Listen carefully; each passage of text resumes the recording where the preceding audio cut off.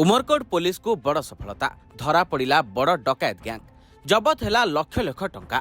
सूचना अनुଯାयी गत फेब्रुआरी मास 26 तारिख में उमरकोट सहर कोचिनियांबा निकट एक घर डकायत माने कबाट भांगी 70 लाख नगद टंका सह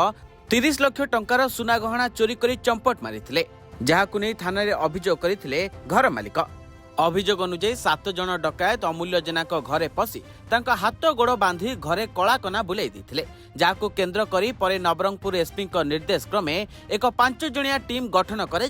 जिलार विभिन्न स्थान में सर्च ऑपरेशन जारी कर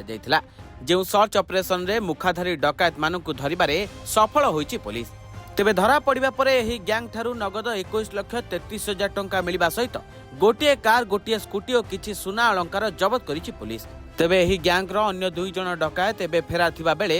ए दिगरे अधिक तदंत जारी रखिछि पुलिस। गत 23 फेब्रुआरी रे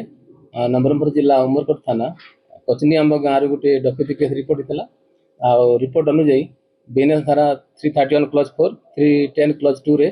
केस रजिस्ट्रेशन होइछि आ केस रा तदंत चलिछि आ एसपी निर्देशक एसपी नवरंगपुर निर्देशक क्रम में गोटे स्पेशल टीम गठन होइछि एसडीपी उमरकोट को लीडरशिप रे से क्रम रे हमें 7 जन को अरेस्ट करछि तांगठु अराउंड 21,33,000 रिकवर होइछि गोटे एर्टिगा कार गोटे स्कूटी आ चोरी थिबा सुना गहना रिकवर कराइछि से मान को आज कोर्ट फॉरवर्ड करा अराउंड 70 लाख रिपोर्ट होइतिला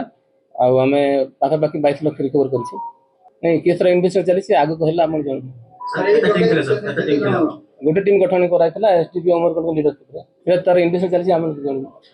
सर ये जो डकैत रे और केते जण अछंती ना एतिया चलिछि इन्वेस्टिगेशन चलिछि जहां इन्वॉल्वमेंट जहां रहबा आपन मन जन पुलिस साइड रो जहां हमें करछु इन्वेस्टिगेशन करिके प्रॉपर एक्शन नो। उमरकोट रो Manoj Kumar Nayak report reporters today.